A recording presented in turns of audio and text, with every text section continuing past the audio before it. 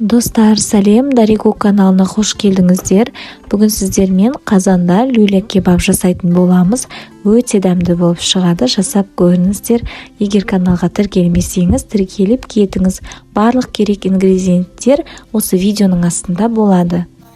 Ең алдымен пияз және картопты блендерден өткізіп аламыз. Егер блендер болмаса, терканың майда көзінен өткізіп алсаңыздар да болады. Енді оған тартылған ет және картопымызды қосып, үстіне қара бұрыш, кориандр немесе кинза қоссаңыздар да болады. Паприка қосамыз, дәміне қарай тұз және панировочный сухари қостым. Болмаса, нанды сүтке жібітіп, қатты сығып қоссаңыздар да болады. Одан кейін бір жұмыртқаны қосып, барлығын жақсылап араластыратын боламын. Одан кейін қолымызбен мыжғылап, шамамен 10 минутта араластыруымыз керек. Сол кезде ет бірігіп, біздің котлеттеріміз қуырған кезде шашырап кетпейтін болады. Міне осындай болып шықты. Біздің фаршымыз дайын. Енді картопты тазалап, жуып, аздап кептіреймін.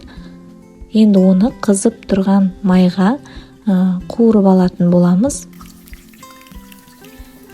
Дайын болғанша қуырудың қажеті жоқ. Тек алтын түсті қылып қуырып алсаңыздар жеткілікті.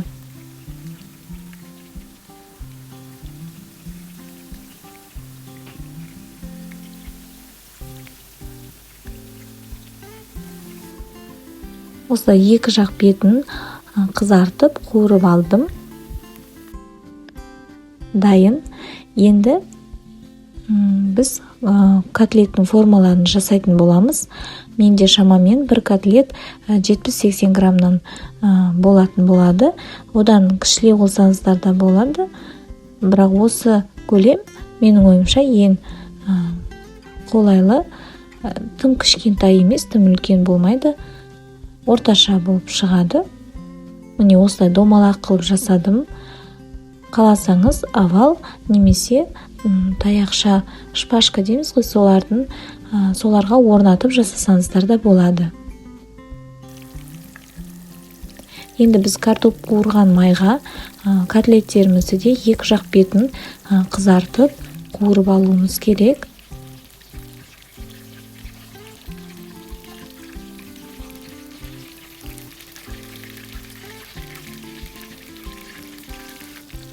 Міне мен шпажкаларға да жасадым. Оларды да осылай қуырып алдым.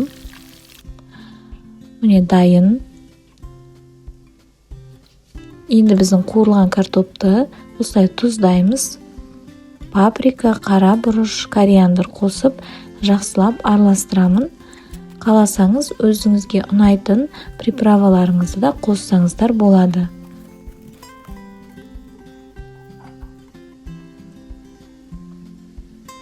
Енді бір пиязды тураймыз.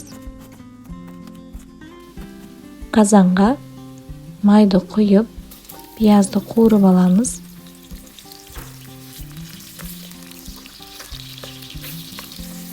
Қатты қуырудың қажеті жоқ. Аздап қуырсаңыздар жеткілікті. Енді осының үстіне біз картоптарымызды орналастырып шығамыз.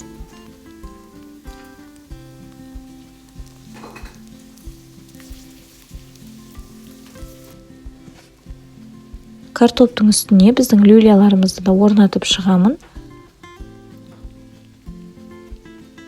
Енді су құйып, шамамен 45-50 минутқа бетін жауып бұқтырып қоятын боламыз.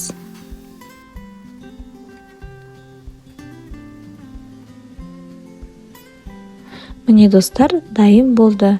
Енді бөлек ыдысқа алдымен люляларымызды алып қойып шығамыз.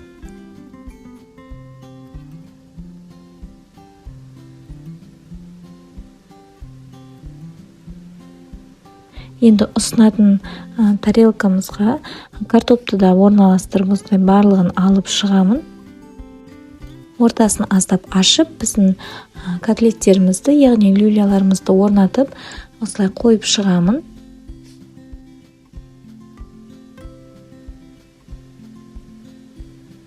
Енді мен қияр және қызанақтан осылай гүл жасап безендірдім.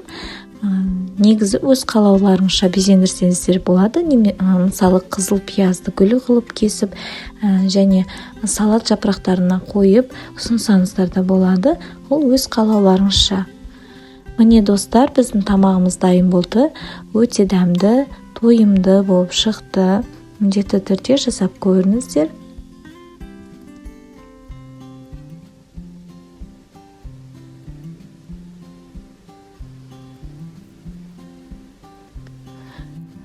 Люляларымыз сочный болып шығады. Өте дәмді достар, жасап көріңіздер. Егер менің видеом сіздерге ұнаса, міндетті түрде тіркеліп, лайк басып кетіңіздер. Астарыңыз дәмді болсын.